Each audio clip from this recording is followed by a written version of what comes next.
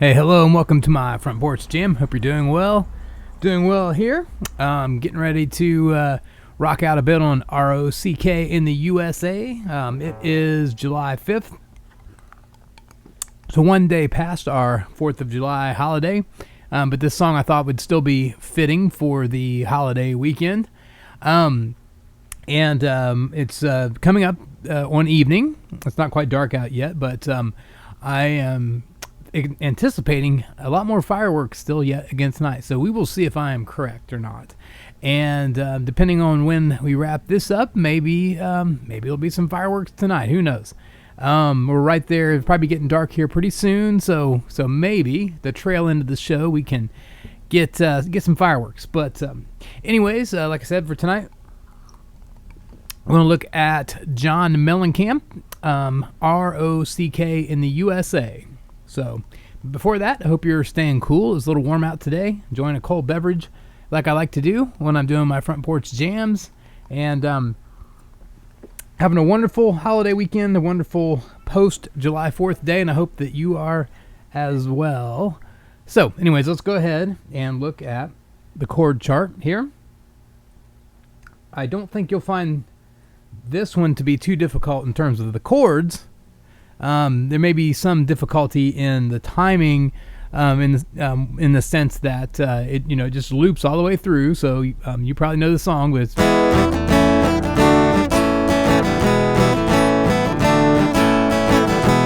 so that's it. Goes all the way through like that. It's a pretty standard chord progression. One thing to note that it does have the B in there at the third line of the chorus, so it's R.O.C.K. in the U.S.A. Yeah, yeah. And then no chord, rockin' in the U.S.A.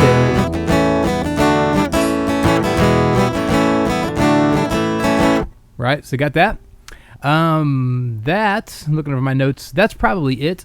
One thing I will note is on the intro and on the solo, even though it is specified to play that pattern 8 times, I will be doing it 4 times today because I don't think there's a huge value add to playing that 8 times when you're playing on acoustic guitar solo by yourself.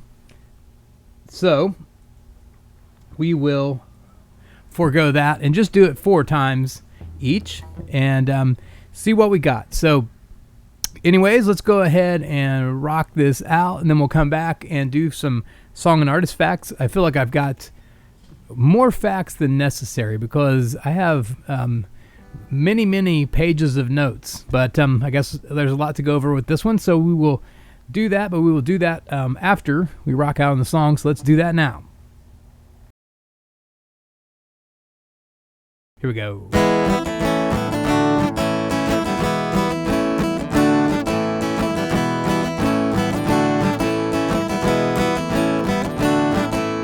Come from the cities and I come from the smaller towns.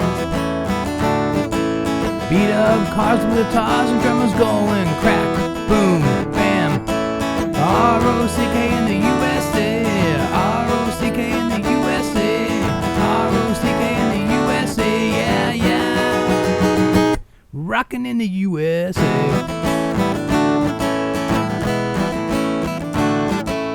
Say goodbye to the family, say goodbye to their friends.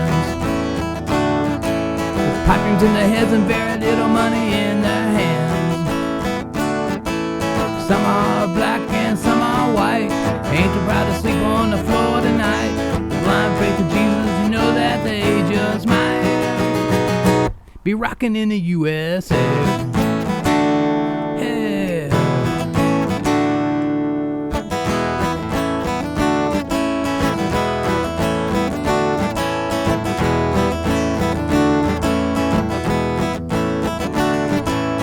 Voices from nowhere and voices from the larger towns. Filled our heads full of dreams and turn our world upside down. It was Frankie Lyman, Bobby Fuller, Mitch Ryder. They were rocking Jackie Wilson, Shanker Laws, Young Rascals. They were rocking Spotlight on Martha Reeves. Don't forget James Brown. Rocking in the USA. Hey, R.O.C.K. in the USA. R.O.C.K. in the USA.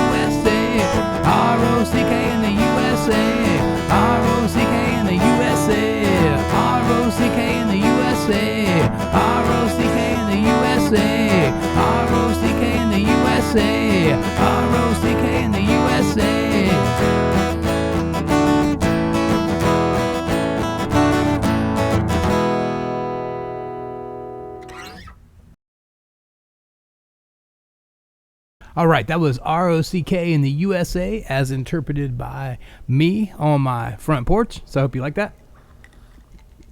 It's a fun song. It's relatively easy to play. Sorry, I had my echo on there for a second. I must have stepped on it by accident. Here we go. Okay. Whoops, didn't mean to step on that.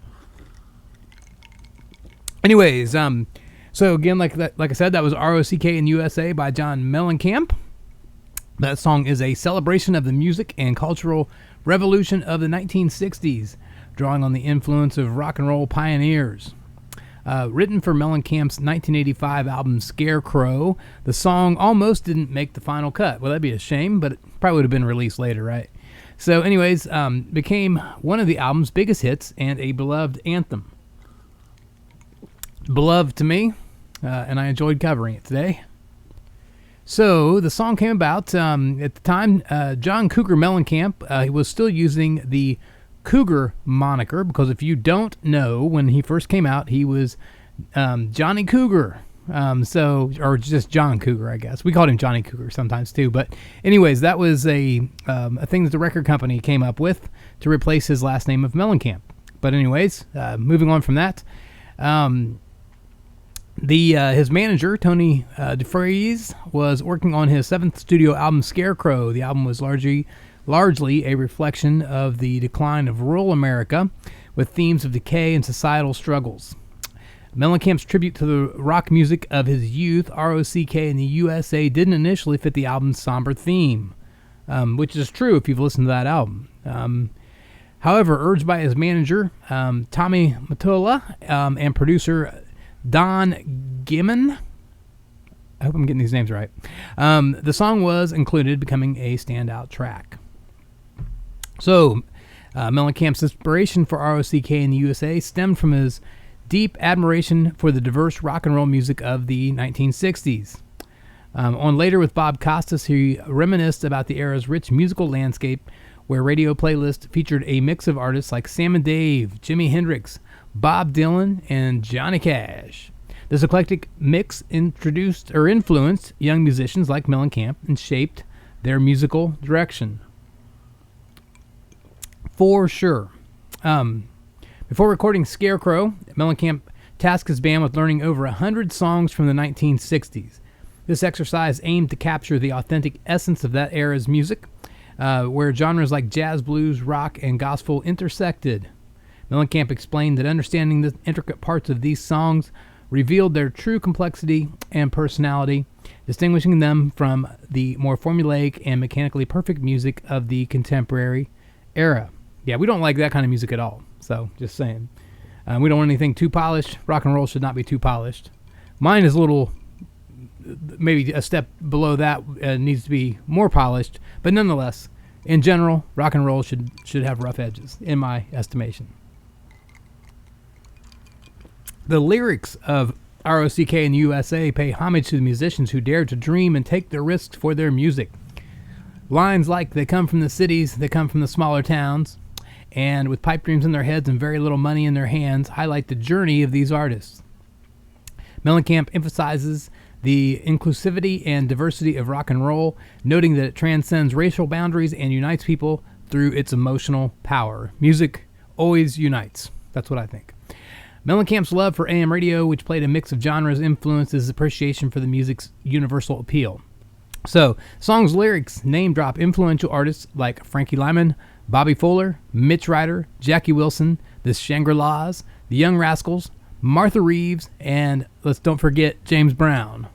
These references acknowledge the impact these musicians had on Mellencamp's own musical journey. And it was cool that he name dropped those because back in the day when this song came out, I looked up the ones I wasn't already familiar with. Several I were familiar with, but I wasn't familiar with all of them, so it was interesting to look those up.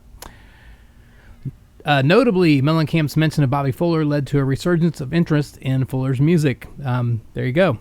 Illustrating the song's power to revive and honor past artists. So, musical elements and performance. R.O.C.K. in the U.S.A. features a clever instrumental break with a riff borrowed from Neil Diamond's Cherry Cherry, played on an ocarina, then guitar, and later keyboards. Now, with me playing it on the front porch, sadly, you don't get any of that, but you can still look up the recorded version of the song and enjoy that. So, the nod to Wild Thing by the Trogs showcases Mellencamp's playful homage to the 1960s rock. In live performances, Mellencamp often brought fans on stage to dance during this section, further connecting with his audience. Good plan. Always good to connect with your audience. Despite Mellencamp's initial reservations about the song's inclusion on Scarecrow, it became a major hit, reaching top 5 on the charts. The album itself was critically acclaimed, with Rolling Stone ranking it among the 100 best albums of the 80s. Mellencamp's dedication to capturing the spirit of 1960s rock and roll paid off, earning him both commercial success and critical recognition. R.O.C.K. in the U.S.A. was notable enough that George W. Bush sought to use it for a campaign event, a request that Mellencamp surprisingly granted, despite his earlier refusal to allow Ronald Reagan to use Pink Houses. This decision highlighted the song's broad appeal and resonance as an American anthem. I got they thought of it as an American anthem, so that's cool.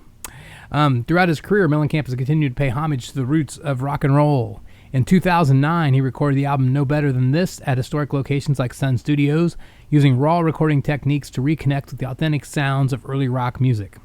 This ongoing dedication underscores Mellencamp's belief that real music for real people, underscores his belief in, real music for real people. And I believe in that too. So hopefully you're tuning into this show to get real music for real people. In summary, the song stands as a heartfelt tribute to the transformative power of 1960s rock and roll. Yes, it does.